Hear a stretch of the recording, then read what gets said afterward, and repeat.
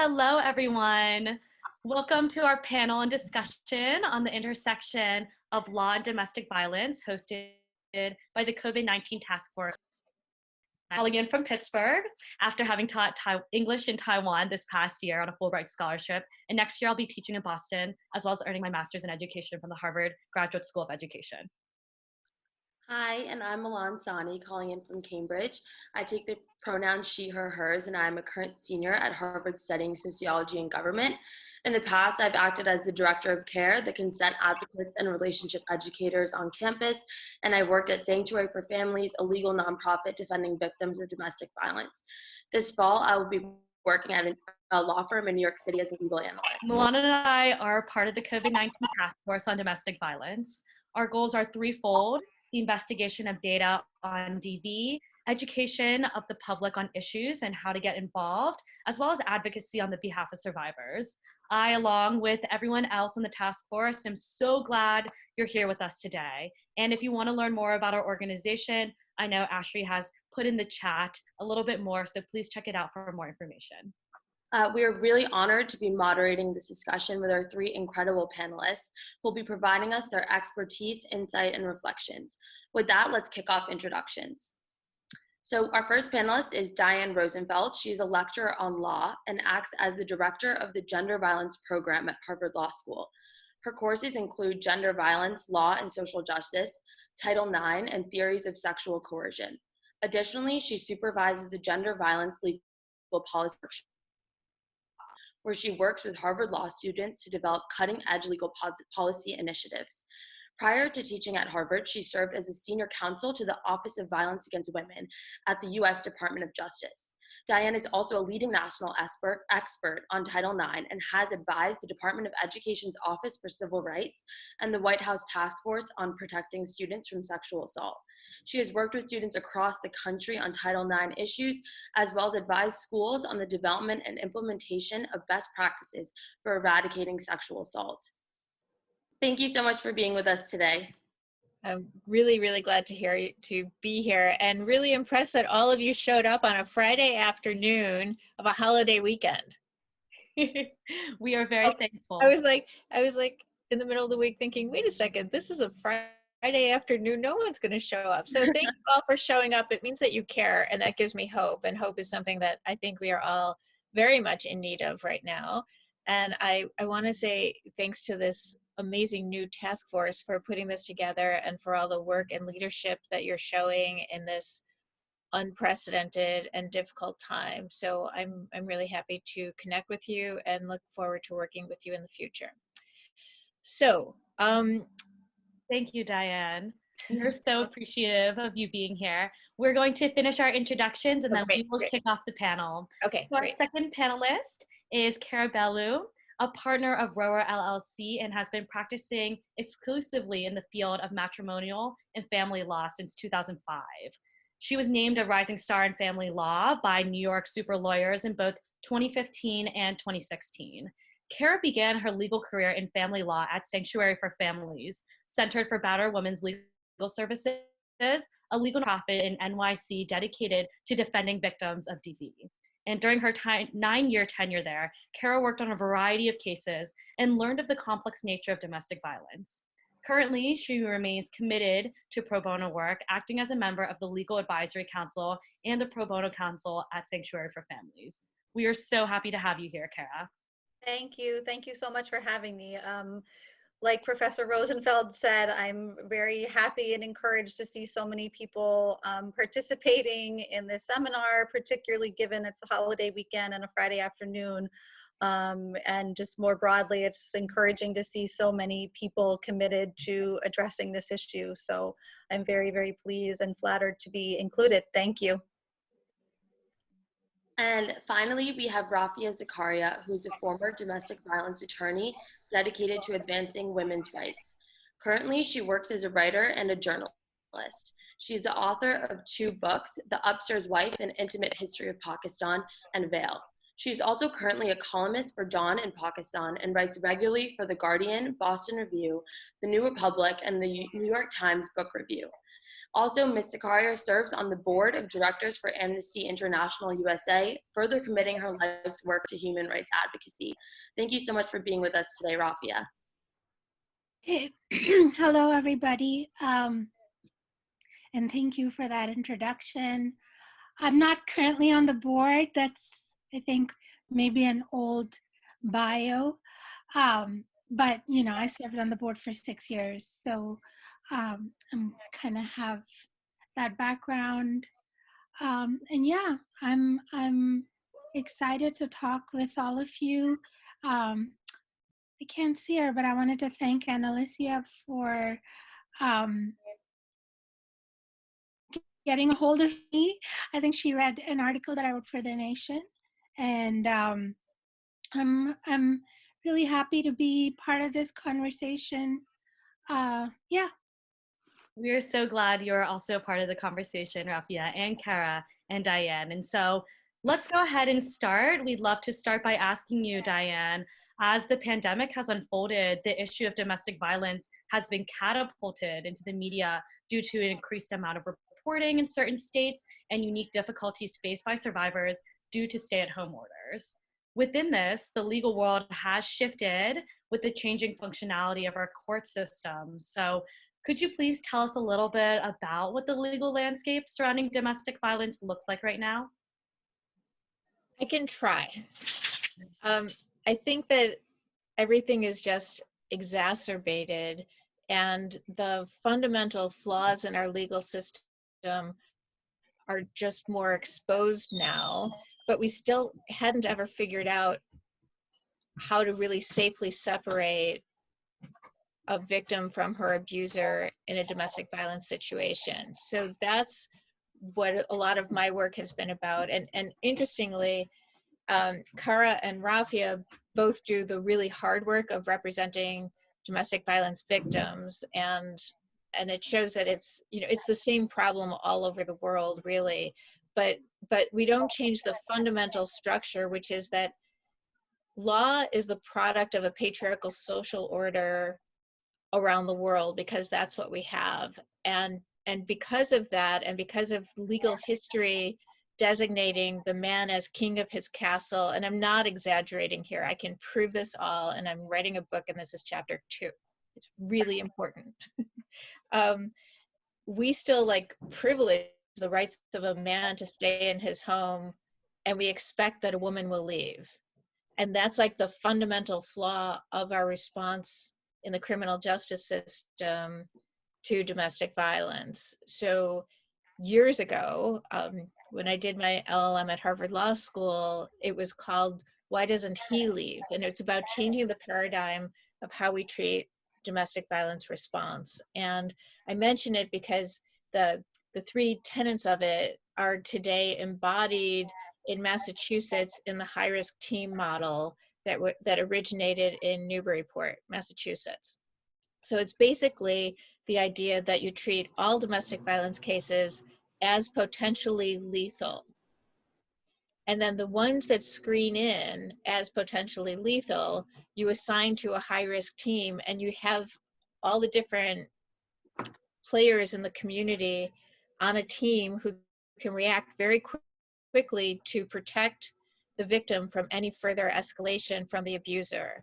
And we have to focus on the abuser and get out of the mindset that just treating the victim is ever going to really like solve the problem or correct the virus. Like we have to have immunizations, we have to have vaccines for the virus of domestic violence, if you will, in order to stop it. So so you treat these cases with a high-risk team, and then you use GPS monitoring for high-risk domestic violence offenders to enforce the terms of an order of protection. And we've made a lot of progress on this team model. And one of the questions that we're going to talk about today is what you can do. And in Cambridge, there's a high-risk team called the Cambridge Arlington Belmont High-Risk Assessment Team. It's called CABHART. And that means that there's a team of people that includes lawyers and social workers and police and probation and parole maybe people from the medical community and the religious community, and they can respond to the case and make sure that the person is really protected, and that her safety or his safety in certain cases for sure doesn't fall through the cracks.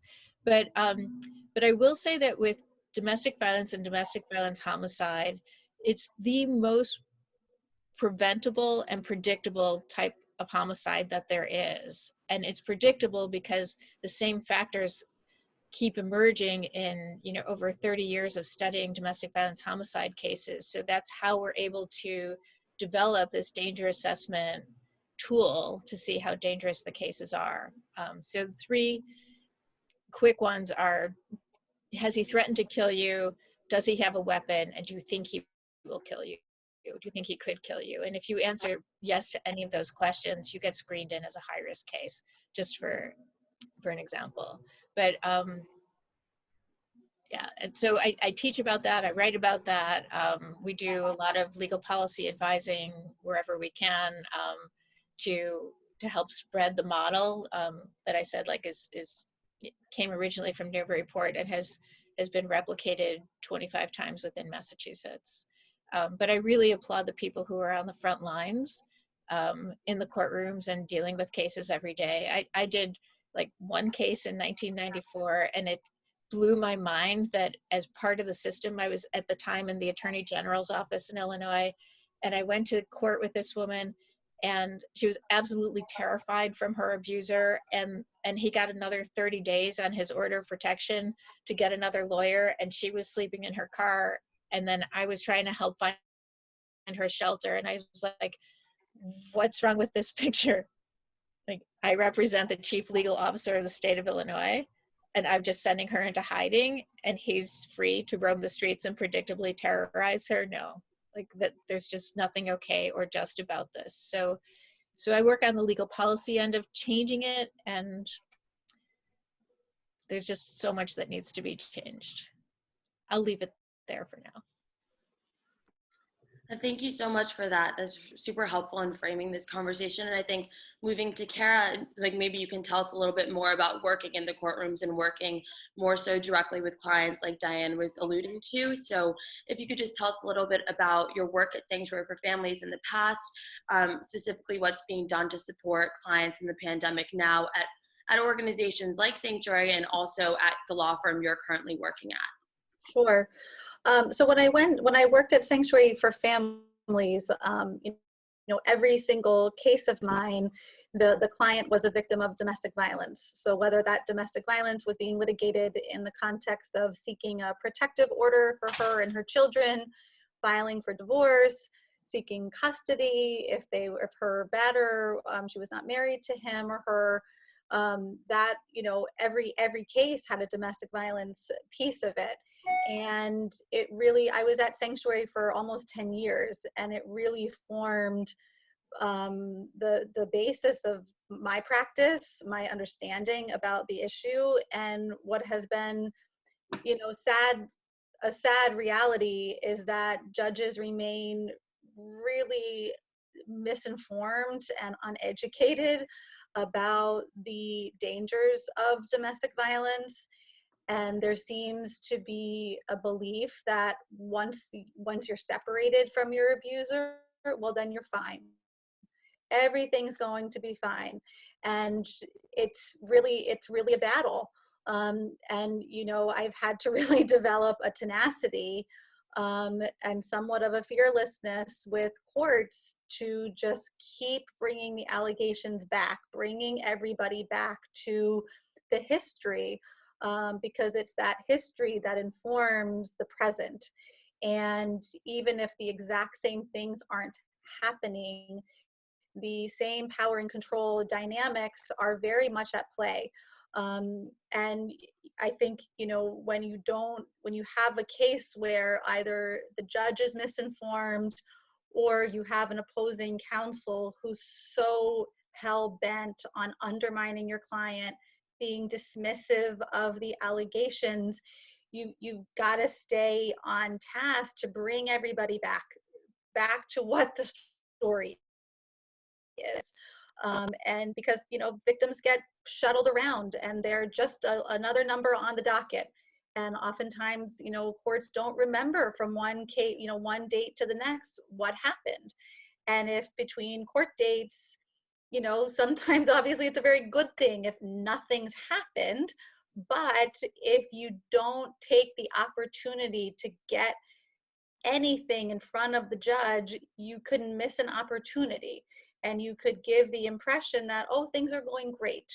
So it's a very challenging part of the practice, but it's something that I feel so committed to. And even now that I'm in a private firm and my clients, from a socioeconomic standpoint, are in a different financial situation, it has been an absolute education for me to see how the issues are very similar.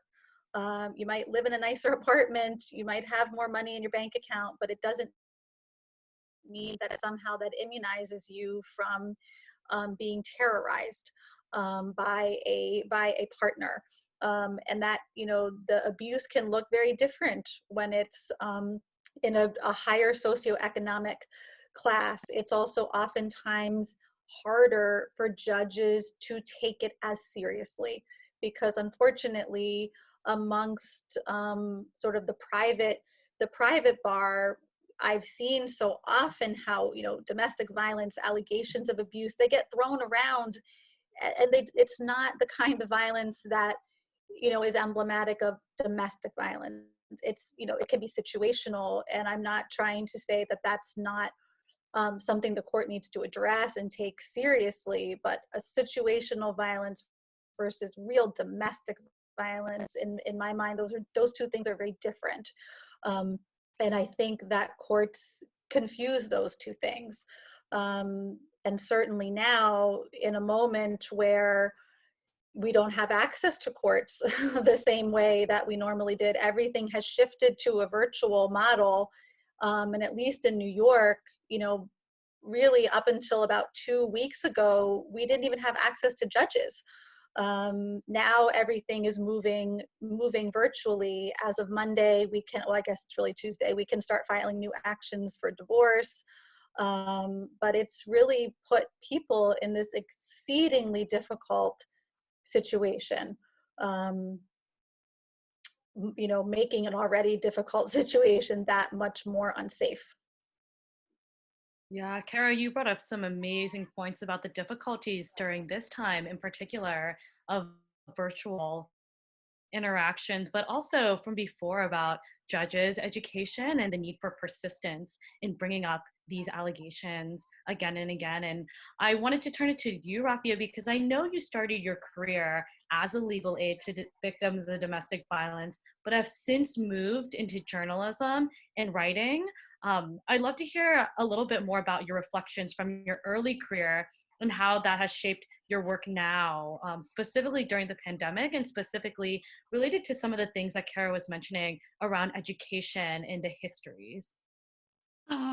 Yeah, I think one of the, both Diane and Kara had very, very, I think, crucial things to say about where we stand right now and about what DV survivors would face, if they were in this moment trying to get a divorce filed or protective order or any of those legal cases.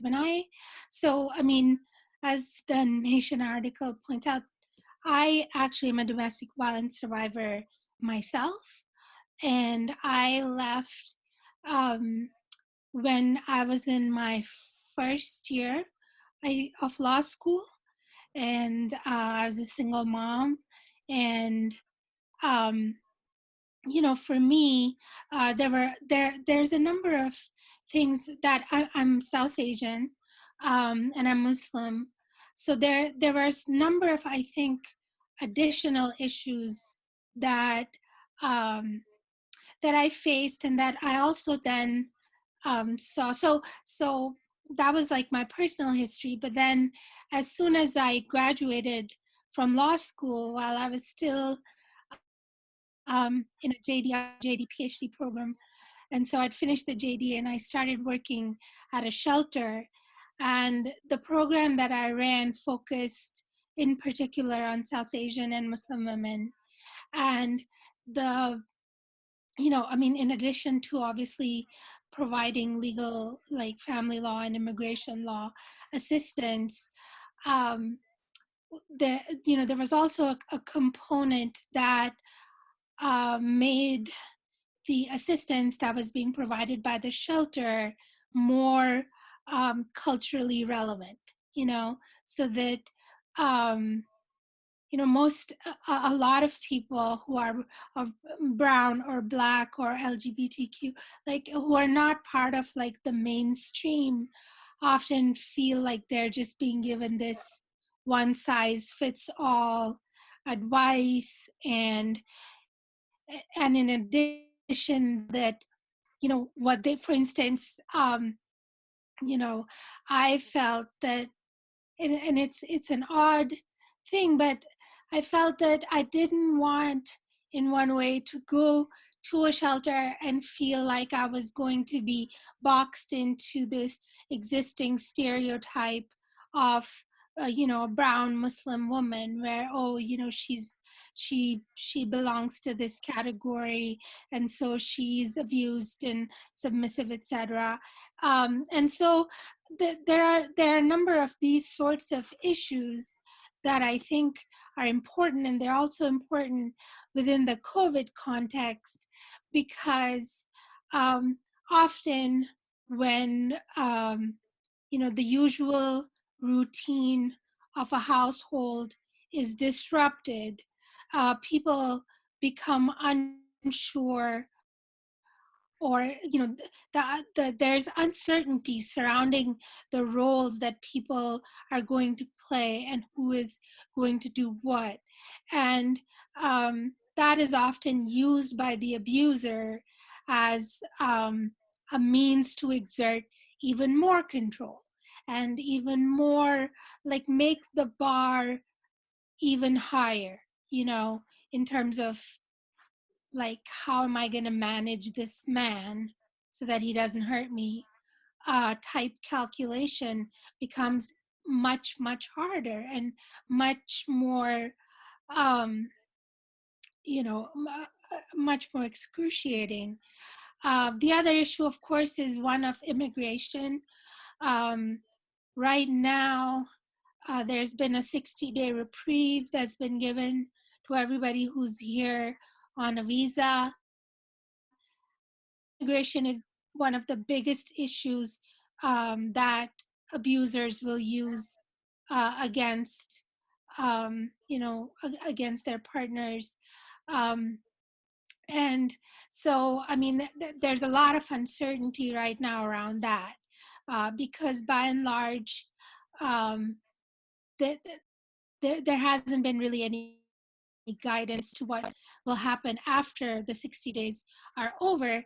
And if you're someone who is trying to get out of an abusive relationship and you're on a visa and now COVID has happened, you can really feel extremely boxed in by those circumstances, because you can lose, the relationship is often also the basis of that survivor's, like, presence in the United States.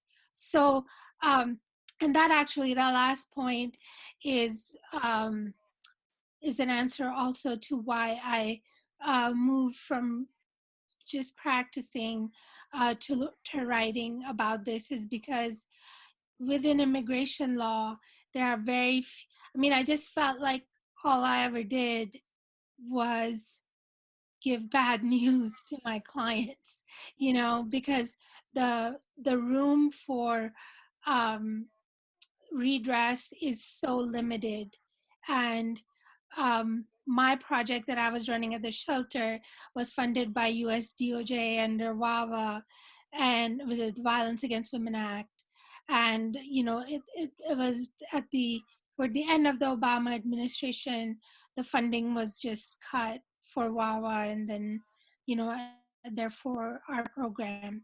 So, I felt like I had to do more advocacy work because right now the law is not helping. I mean, there are some, um, some particular immigration categories like U visa or a VAWA petition that can help women who are leaving abusive situations, but they require an attorney and they require many hours from that attorney for it to be a successful petition. And so I had to move to advocacy. I still do sometimes work on cases, consult on them, but I had to move to advocacy because they're just, I mean, the room was already little, and then it felt like it was getting more and more constricted. So yeah, that's my response. Thank you so much, especially for sharing your personal story and your journey through helping women who have experienced this and your own experience with it. I think the cultural specificity surrounding domestic violence and survivors is super important and something we definitely have to keep in mind when looking at each case and looking at the ways to help each survivor in different ways. I guess let's move to Diane. You can tell us a little bit about your courses and the workshops that you have and maybe the ways in which like this cultural specificity or people from different backgrounds and how identity politics really plays into this issue. Great question. And thank you, Rafia, for sharing your story and for your strength and courage and leadership and work. This is a really great panel to be on. So I'm quite honored. The cultural specificity is something I think about a lot because I think that culture and geography and nations and race are arbitrary separations for women, and that we have to actually realize that we are women and non-men first, if you know what I mean.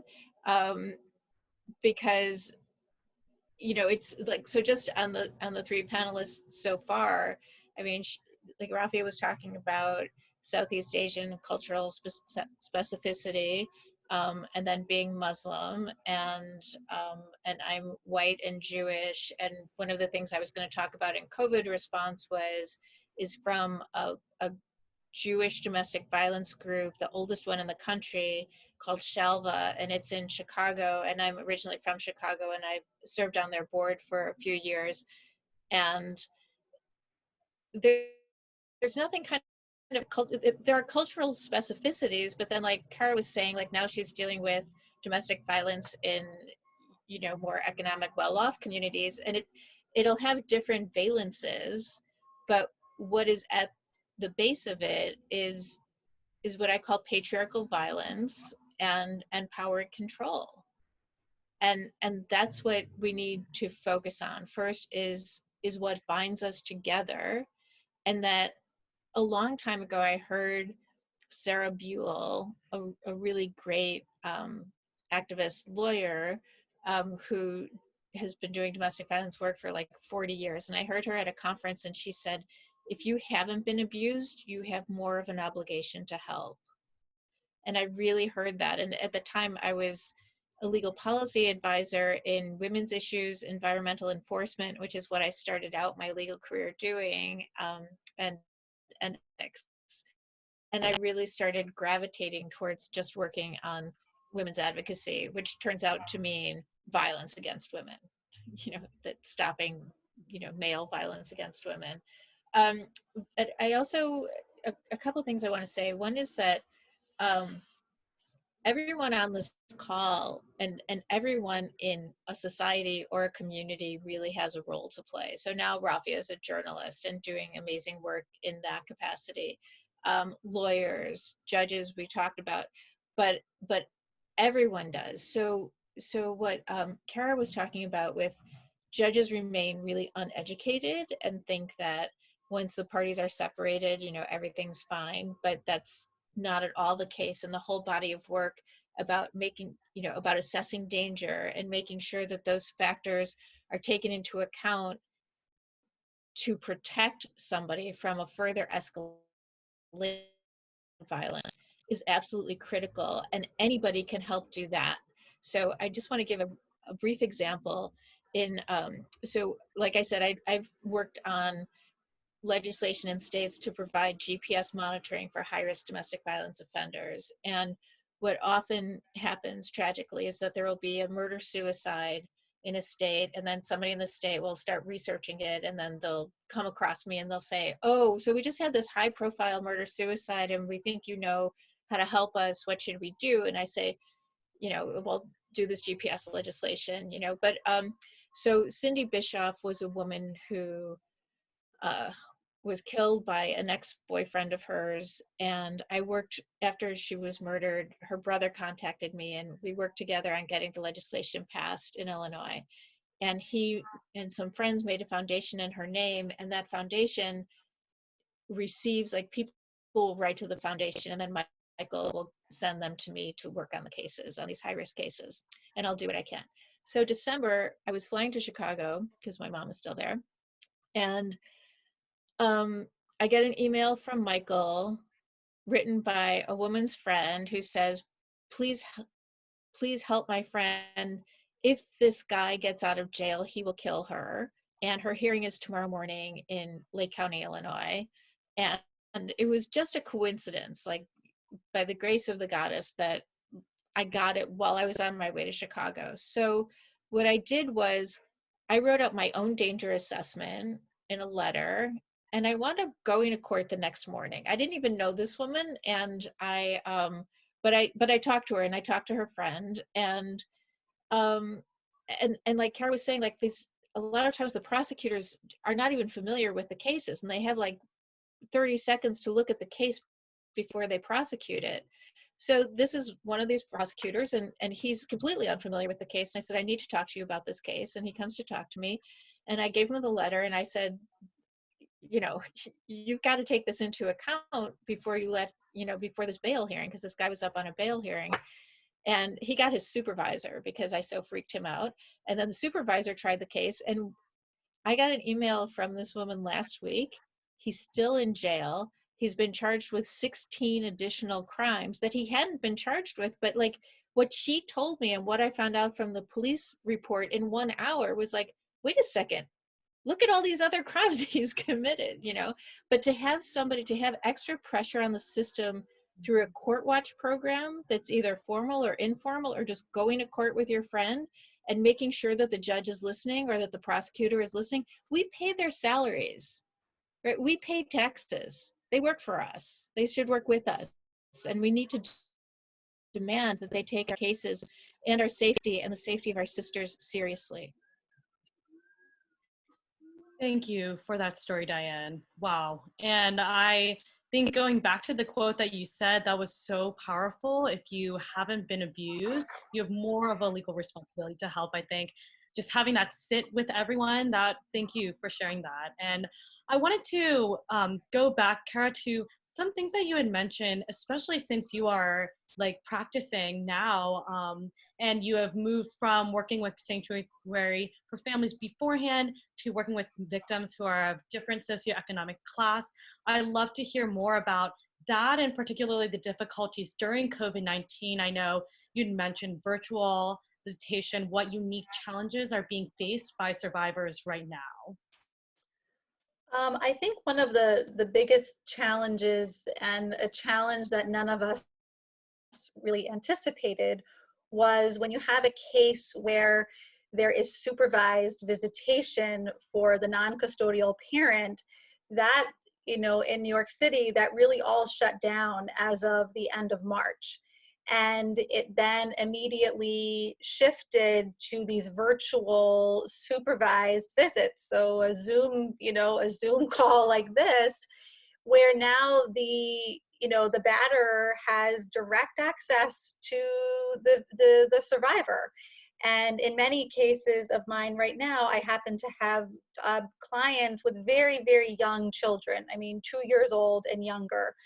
And for the client to be having to really facilitate a virtual visit for a 2-year-old, and to just be staring at the camera, trying to cajole the child to stay involved, and all these, comments being made that, on their face are not something necessarily that a supervisor who's, participating in the call would jump in and say, don't say that. But it's these sort of insidious little comments like, oh, I see you're eating candy for breakfast. Mommy gives you candy. That's not what daddy has at his house. Daddy would never let you have candy. And then the client being put in the position of having to say, it's a strawberry. I'm just letting everybody know the child's not eating candy for breakfast. It's so absurd, but it feels, to my clients who I've been, closely in touch with during this period, it feels completely re-traumatizing. Not only to have to be, participating in the call, but feeling this intense pressure that, oh my gosh, what if the call's not long enough? What if I try to shut it down? I mean, like, my child's 2 and he's running, he can't sit still, and throwing him in a high chair so he can't move.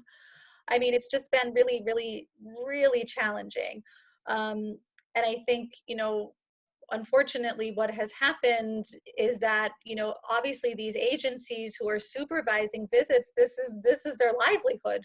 So to have to shift to a virtual model, they did not do that, in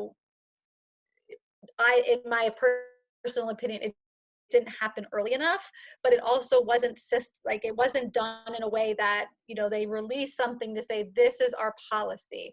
Clients were hearing about changes from the social workers who were supervising their visits. And then of course that's being used against clients to say, oh, your client is unilaterally shutting this down.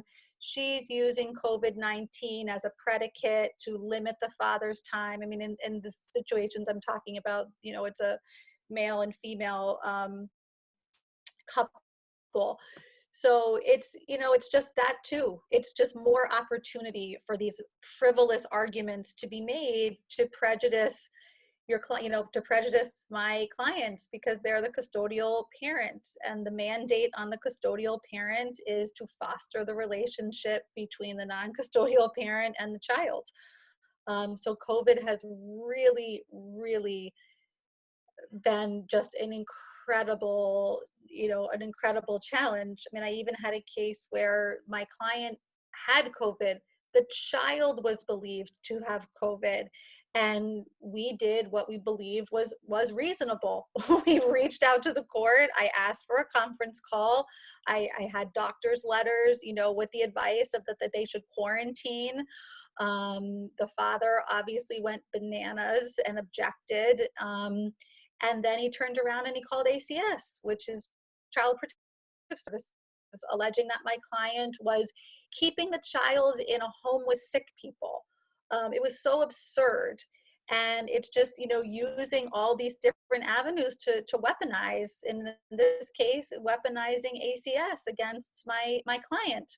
ACS then making a virtual call in the middle of the night. And the child, this was the 3rd call he had made. The child was so accustomed to having to speak to someone that she instinctively, on a Zoom call, lifted up her shirt and turned around for the ACS worker to examine her. She just instinctively, she's 2. She knew the protocol. She knew what was expected of her.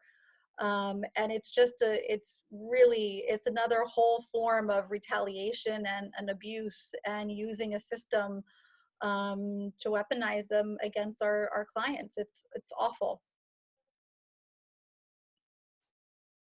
Thank you for that. I think sometimes when you read the news, it's difficult to understand the stories and the actual specificity of what's happening, and the way in which the pandemic is being weaponized in different ways that we haven't seen against survivors. And I really thank you for sharing those stories. They're super powerful. And just Before we move to audience questions, we just want to quickly touch on this subject for you, Rafia. If you could just speak to a little bit how it is being portrayed in the media, because we hear stories like Kara's, and maybe that's not necessarily put up at the forefront. So just if, as a journalist, if you could, speak to the way it's being portrayed in the media, and even though this issue has been gaining publicity potentially, does this mean that people of all cultures are viewing this issue in the same way? Well, I mean, I think that the problem with violence in the media is that it's treated like the perpetual problem that doesn't go away. And so there's a kind of normalization of it in that, in that, in the way that perspective is presented, in that, oh, well, okay, this is happening, but doesn't this always happen? So if it's always happening, then it's not new.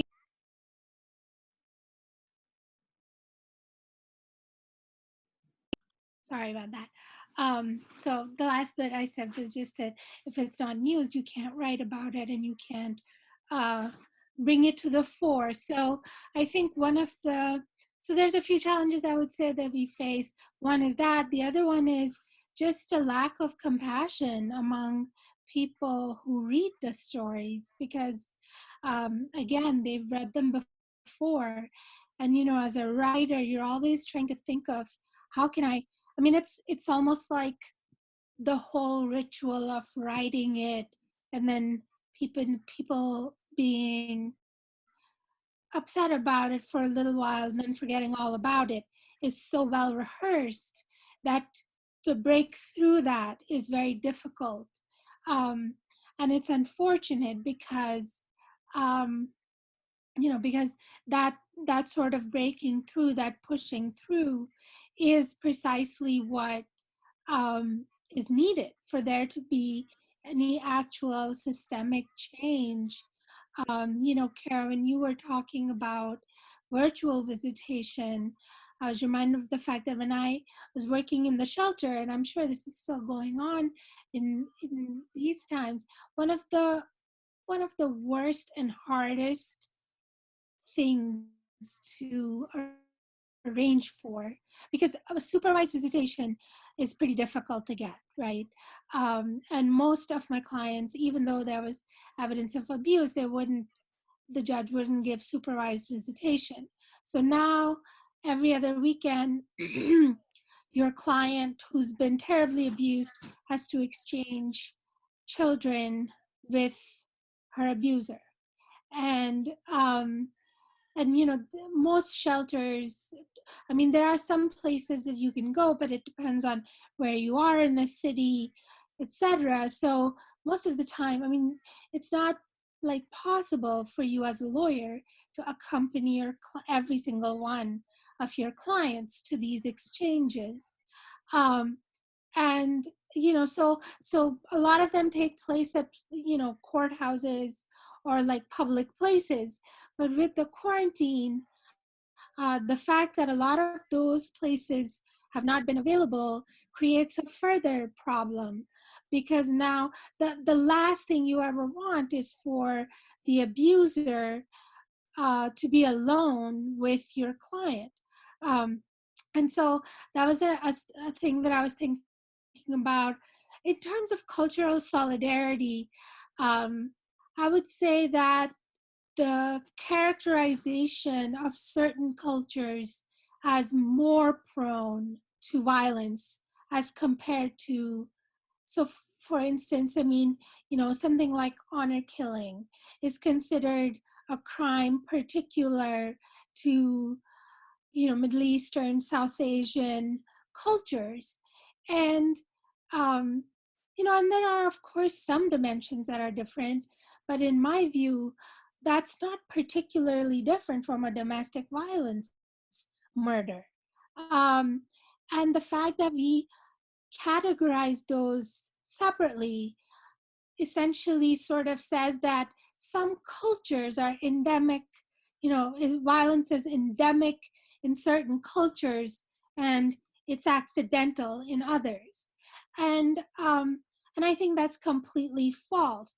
And that's, again, not to undermine the, the, the absolute barbarity of either honor crimes or domestic violence murders, but to essentially show to you how women are encouraged to put each other into these separate categories, so that so that they're thinking, okay, well, this, so I mean, and it affects both sides. I think a lot of Western women go around without recognizing abuse as what it is, because, well, in their culture, it's supposed to be accidental, like it's supposed to be an aberration.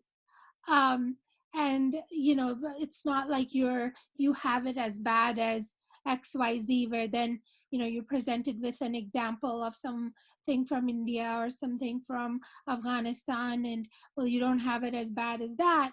Well, I mean, yeah, your living circumstances might be very different, but the the gist and the nub of that crime, where a man thinks that a woman cannot make decisions about her own life and her own body and her own future, um, that is almost exactly the same. And there are different sort of cultural factors that condone it. If you have I mean, you could do, of course, in communities. I just this week wrote about an honor crime in Pakistan, in one of the provinces, where it was that there was a video of these two girls, and it's not like they were doing anything wrong, but anyway, this man thought that they were out of line, and so there was a horrible killing. And the thing is that it's not that, to me, yes, the circumstances are different, and yes, definitely the community of that village obviously allowed for this to happen. But we have our own, in the West, our own sort of instruments of acting like it's okay. The slang we use, the lyrics of songs, the fact that often the death of women is something that is part of like a whole true crime genre, where we can take some lascivious sort of pleasure in, without while entirely normalizing the brutality of it. So different cultures have different ways in which they kind of wink and say it's okay. And if that wink and it's okay didn't exist, these crimes wouldn't be happening. So, I mean, that I think is the imperative and the thing to note. And it involves sometimes being, the sort of difficult person that says, no, it is not cool that you, just told my friend that, she can't wear this sweater, or that she has to stay in tonight because you will come home late from work and you want her to be around. No, no, it's not right that you said that. And you make it very clear to your friend herself, who, often will not be at least visibly receptive to what you're saying. But it's important to put that in the heads of the people who, you think are experiencing this, because they will process events differently. And when they start processing events differently themselves, that's what is ultimately going to give them the courage to understand that they can have a different life, that they don't need this man or this relationship. Thank you, Rafia. That perspective is so important to bring in, and I'm very grateful for you bringing this to this discussion. And so with our last 10 minutes, I'd love to open it up to audience questions. Feel free to type inside the chat if you have a question, or raise your hand on the function. I know we had some questions submitted beforehand. Mohit, if you're in the audience, feel free to unmute yourself and ask your question. And if not, I'm happy to ask it.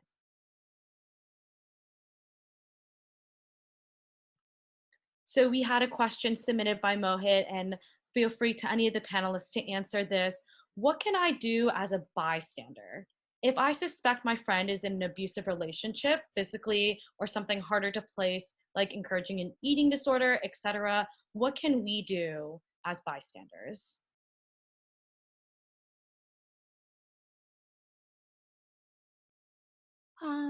Kara, I think you are muted right now. Okay. Oh, she's. Can you hear me now? Yes. Okay.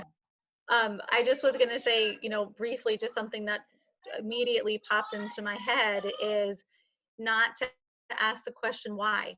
Don't ask questions that begin with why. Why are you staying? Why won't you just leave?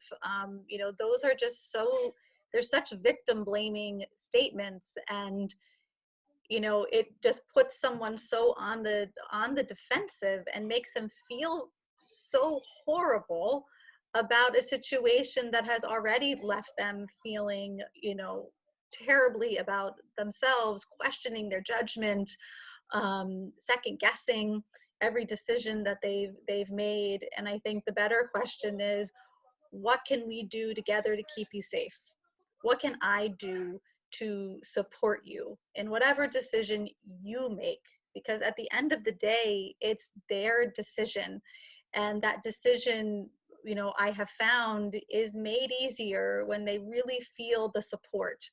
And when you add in all of the judgment into it, it can really be hard for someone to move forward, to make a decision that's safe for them. Because also, as bystanders, no matter what we are, we're friends, we're advocates. I always believe that the person in the situation knows what's going to be safest. They know what their partner, the batterer, is capable of in a way that we don't.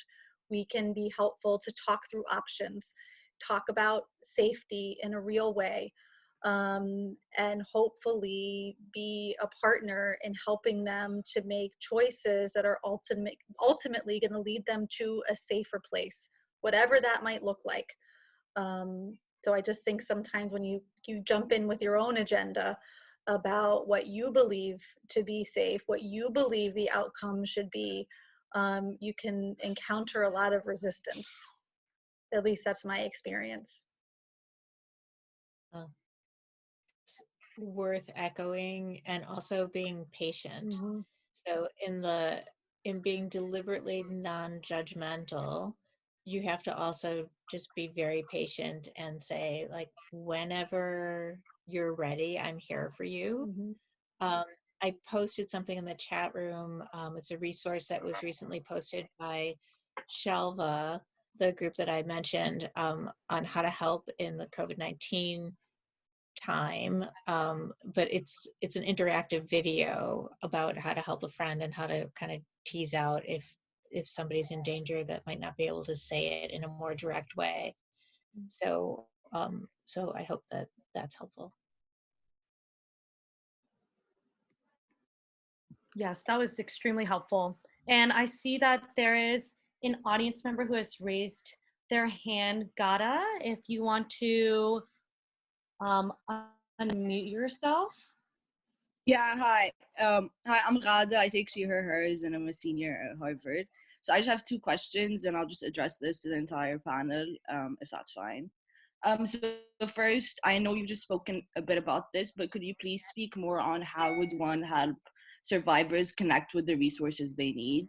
And second, this is a bit more personal to me, but I'm from Jordan, and I just see all the great work that's being done in the US. So what would your advice be to someone who's trying to create similar resources in other countries? Thank you.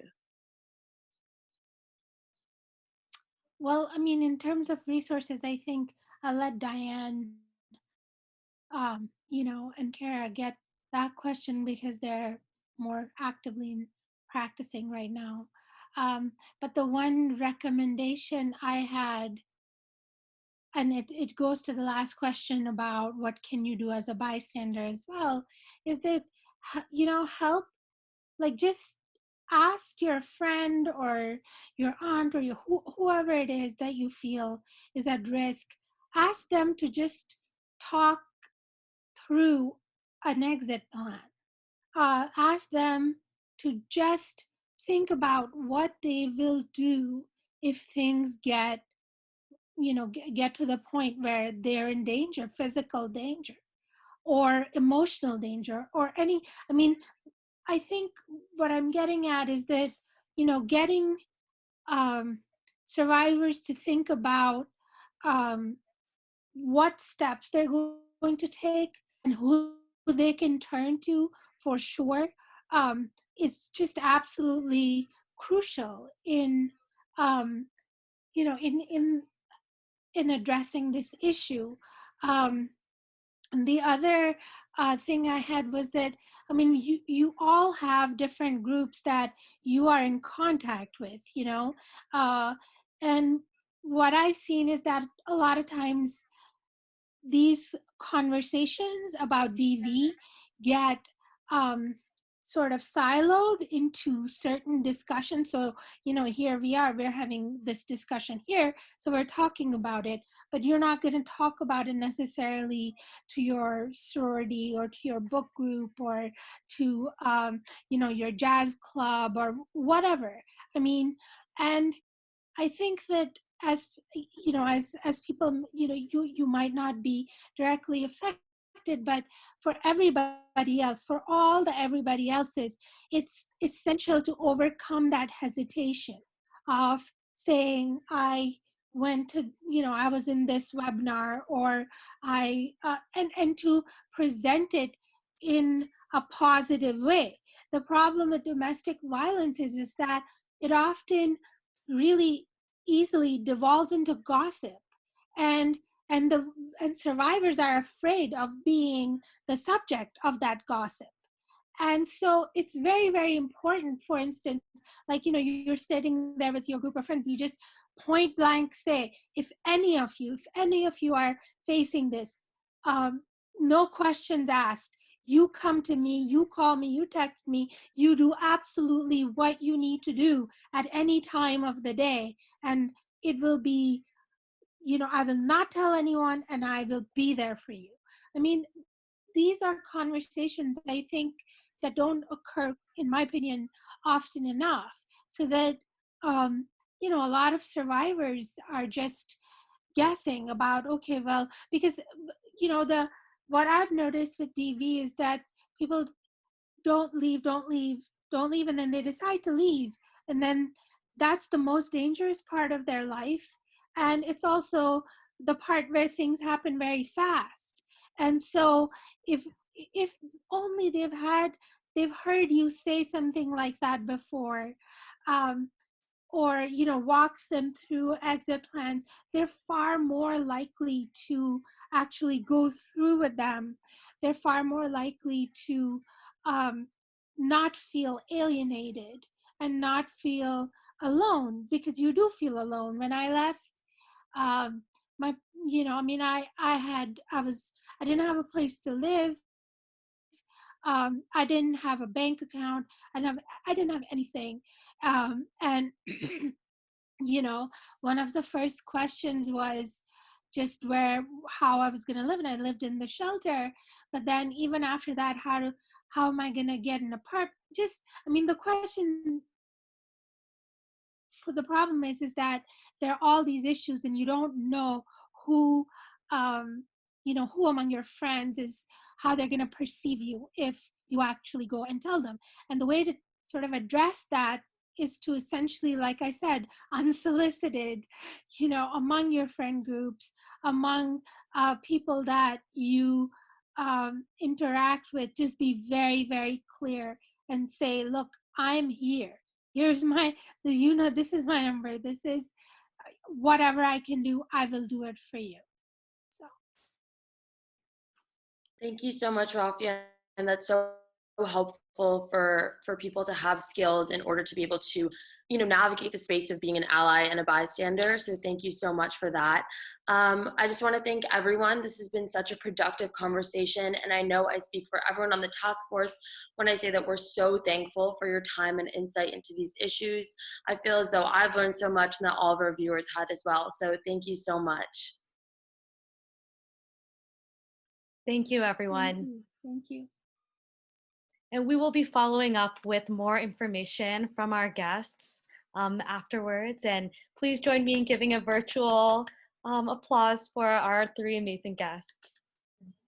Is it possible to grab anyone who still has questions at the end of this and is not going immediately? Diane, Kara, and Rafia, are you okay staying for an extra 5 minutes? Yeah, I could definitely stay.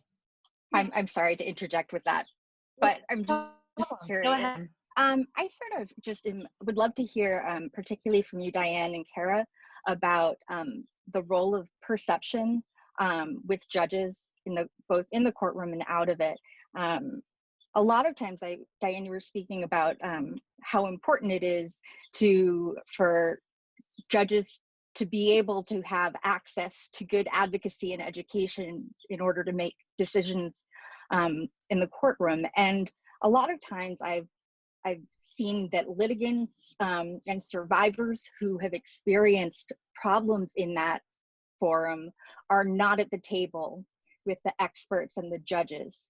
And I'm wondering, now that we're facing this pandemic, how you see that playing out as the wait for court is building up the amount of people who are going in, and judges are likely to be less patient than they normally are. I'm just wondering if that's something you can speak to. And Kara, with that, how you perceive the role of pro se litigants in courtrooms where there is that judicial discrimination of, this is a battered woman, she's chosen, her own path, she chose not to leave, and that separation between coming in with counsel as your voice for you and the role of that professional, and or coming in as an individual and the level of harm that can cause.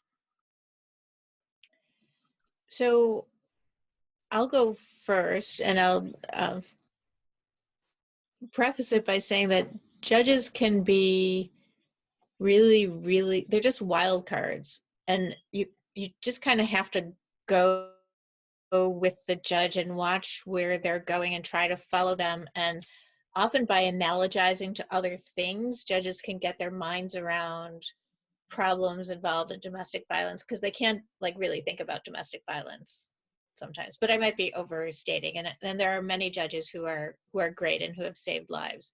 One thing, though, that judges really respond to is when there are eyes on what they're doing, which is why I really think court watch programs are so important, or even just having other people come with you to court and just take notes and look like you're paying attention to what the judge is doing. And when I write letters to courts, kind of uninvited, I don't really have a seat at the table, but I'll just intervene as a legal advocate and advise the prosecutor and say, this is what I think you should be doing, which kind of takes a lot of nerve, but so what?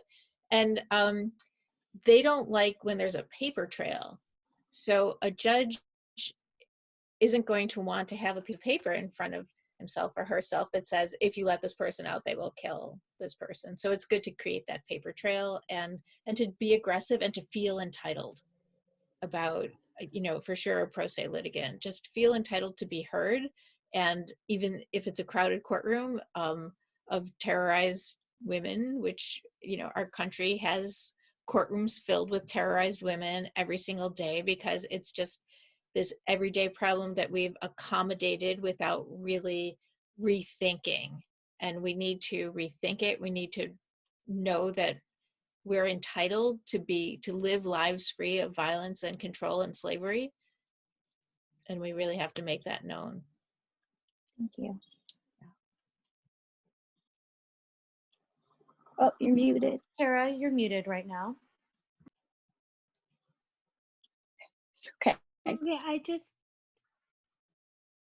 this is Rafia. Sorry, I just wanted to add one little thing about what you said about how women, particularly Black and brown women who are survivors, are not included in policy discussions where they're not in these expert roles. And one of the things that I'm involved with is a magazine project out of City College in New York City, in Harlem, where we are trying to do just that.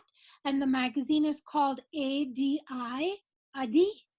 And its essential drive is precisely to do what, to point that out, and then also help women, you know, who want to be involved in policy discussions to then sort of liaise and have a window of opportunity to do that. So that's all. Sorry, I interjected. I know the question was done, but. It's the mute again. Yeah. Oh, there you go. Yes. Sorry, I have children in the background, so I keep muting myself. I was just gonna say two things. One is, you know, I've actually found one bright spot to addressing this issue during COVID is that judges have more patience because they have more time. They're at home. And they're not managing the same type of caseload that they would be managing if they were on the bench. So in a couple of cases that I have right now, I've said to clients, look, now is the time. Now is the time to make the motion, get before the court so the court doesn't forget. And they're actually going to read your papers because they don't have 25 sets of motion papers on their desk. So it's actually a moment where, you know, just in the cases I'm thinking about, there is more thoughtfulness because there is more time and we're in a different moment. So I think, you know, my strategy really on a lot of these cases has been to seize upon that moment and to do it in a way that's thoughtful and strategic, but it really keeps the issues at the forefront. Because otherwise, you know, there's been cases that I haven't been in court now since February. And if you don't kind of keep shaking the tree, everybody forgets. And everybody says, oh, I haven't seen you guys since February. Everything's fine. You can settle this. There's no issues. Certainly, if there were issues, I would have heard about them. So I think, you know, that's really kind of an important lesson that I'm learning through this. And I think with respect to the part of your question about being pro se, look, I think, you know, on the one hand, judges are really, really protective of pro se litigants because they aren't represented, and they tend to, you know, really treat pro se litigants with kid gloves.